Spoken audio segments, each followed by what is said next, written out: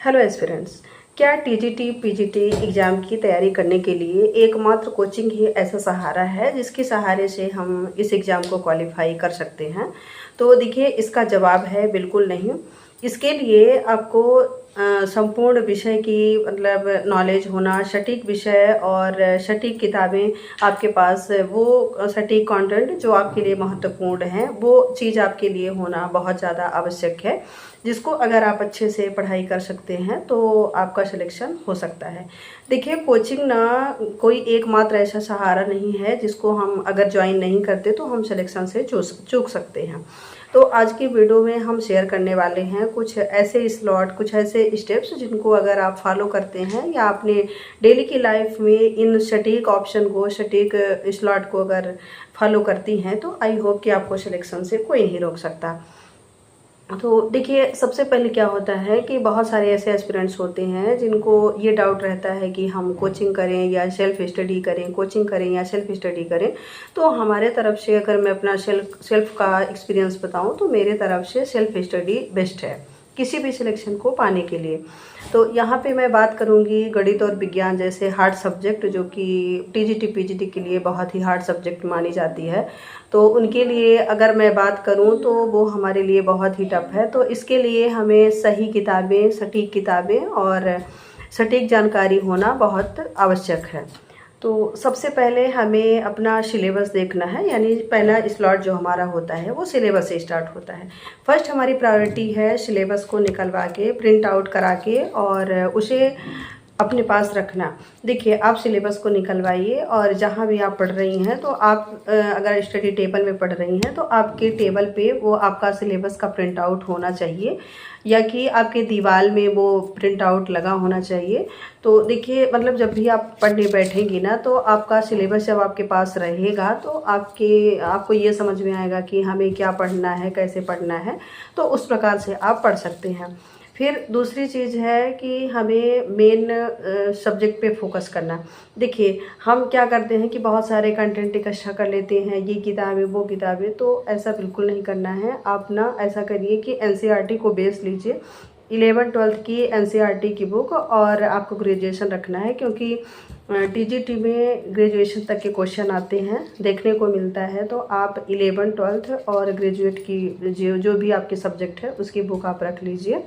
तो उन किताबों को रखिए और एनसीईआरटी को बेस्ट मान के और उसी पे फोकस करिए, लाइन टू लाइन पढ़ते जाइए। फिर तीसरा हमारा स्लॉट शुरू होता है रिवीजन और प्रैक्टिस सेट। देखिए, रिवीजन और प्रैक्टिस सेट हमारे लिए बहुत ज़्यादा ज़रूरी है, क्योंकि अगर हम रिवीजन नहीं करेंगे, प्रैक्टिस नहीं करेंगे तो हमें ये आइडिया नहीं होगा कि किस चैप्टर से कितने क्वेश्चन आ रहे हैं, कहाँ से ज़्यादा क्वेश्चन बन रहे हैं, कहाँ से कम बन रहे हैं। तो आपको रिवीजन करना बहुत ज़्यादा ज़रूरी है, उसके साथ प्रैक्टिस सेट लगाना बहुत ज़्यादा ज़रूरी है। आप पुराने 8 से 10 सालों का पेपर उठाइए और उसका एनालिसिस करिए, देखिए कि मतलब कितना पूछ रहा है, क्या पूछ रहा है, तो आप उसके अकॉर्डिंग उसकी तैयारी करिए। फिर जैसे आपका सिलेबस भी हो गया, आपने पूरा सिलेबस कंप्लीट कर लिया, पूरा रिवीजन एक बार कर लिया, प्रैक्टिस सेट लगा लिया, मॉक टेस्ट लगा लिया, तो अब बारी आती है कि आप एक बार फिर से जो आपने पहले पढ़ा है उसको फिर से स्टार्टिंग से रिवाइज करिए, रिवाइजेशन स्टार्ट कर दीजिए और उसको बार बार प्रैक्टिस करिए। देखिए, ज़रूरी ये नहीं है कि जो इतने 4 साल से 5 साल से मेहनत कर रहा है उसी का सिलेक्शन होगा। अगर आप 2 महीने, 3 महीने, मिनिमम 6 महीने से अगर तैयारी कर रहे हैं तो आपका भी सिलेक्शन बहुत अच्छे से हो सकता है। क्योंकि जो 10 साल पहले पढ़ा है तो 10 साल पहले का ना आज तक कभी नहीं याद होता किसी को।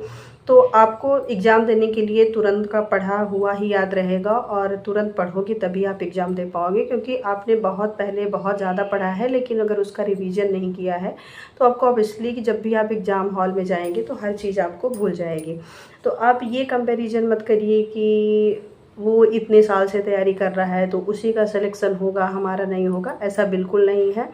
देखिए, वो तैयारी कर रहे हैं, वो अपने हिसाब से कर रहे हैं, आपके पास कम टाइम है, लिमिटेड टाइम है, तो आप अपने हिसाब से तैयारी करोगे। सबके तैयारी करने का तरीका अलग अलग होता है, सबका टाइम टेबल अलग अलग होता है। तो आप ये चीज़ सोच के मत चलिए कि हम मतलब हमारी तैयारी नहीं हो पाएगी, हमारे लिए तो बस 6 महीने बचे हैं वो इतने साल से पढ़ रहा है तो उसी बस की तैयारी होगी, वही बस एग्ज़ाम क्रैक कर पाएगा, ऐसा बिल्कुल नहीं है।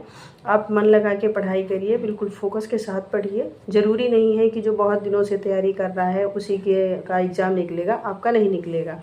तो इस प्रकार से तैयारी आप अपनी करिए। फिर जैसे अब यहाँ पे बुक की हम अगर बात करें तो बुक आप यूथ कंपटीशन की बुक ले लीजिए, जैसे एनसीईआरटी आपके लिए बेस्ट हो गई। फिर आपको अगर प्रैक्टिस सेट लगाना है, एमसीक्यूज देखना है, तो आप यूथ कंपटीशन की रखिए। यूथ कंपटीशन चाहे वो मैथ के लिए हो, साइंस के लिए हो। अगर आप मैथ के हो तो मैथ में यूथ कंपटीशन RD शर्मा की बुक ले सकती हैं। और अगर साइंस ग्रुप से हैं तो आप यूथ कंपटीशन का MCQs वाली बुक लीजिए, वो भी आपके लिए बहुत ज़्यादा इम्पॉर्टेंट रहेगी। उसके जो क्वेश्चन है, क्वेश्चन का लेवल है, वो भी बहुत अच्छा रहता है। प्लस चैप्टर वाइज चैप्टर उसके क्वेश्चन रहते हैं, तो इसलिए आपको उसकी लैंग्वेज भी समझ में आएगी और बहुत अच्छा आप कर पाओगे। तो देखिए, एक चीज़ मैं कहूँगी कि दोस्तों, कोचिंग करने से कुछ भी नहीं होता है। बस ये है कि हम सही और सटीक अपने पास कंटेंट रखें, किताबें रखें और उसी को अपना माध्यम बनाएं और उसी से तैयारी करें। देखिए, अगर जो भी टॉपिक आपको डिफ़िकल्ट लगती है कि ये टॉपिक हम नहीं कर पा रहे हैं, उस टॉपिक को आप यूट्यूब में सर्च करिए। देखिए, यूट्यूब में जिनकी आपको लैंग्वेज समझ में आती है उनके बहुत ईजिली चैप्टर, मतलब पूरा प्लेलिस्ट बनी रहती है, उस प्लेलिस्ट को निकालिए, ढूंढिए और उसी से अपनी प्रैक्टिस स्टार्ट कर दीजिए। देखिए, यूट्यूब भी ना एक महंगी कोचिंग से कम नहीं है। अगर आप महंगी कोचिंग लेने जा रहे हो, उससे बेहतर है कि आप यूट्यूब में वही कंटेंट ढूंढिए, उसी लेक्चर को ढूंढिए और उसी को पढ़ना स्टार्ट कर दीजिए। तो देखिए, कोचिंग ना ये हमारे सिलेक्शन की कोई गारंटी नहीं है, कोई कुंजी नहीं है कि हमने मतलब कोर्स ज्वाइन किया है, कोचिंग ज्वाइन किया है तो हमारा सिलेक्शन हो जाएगा।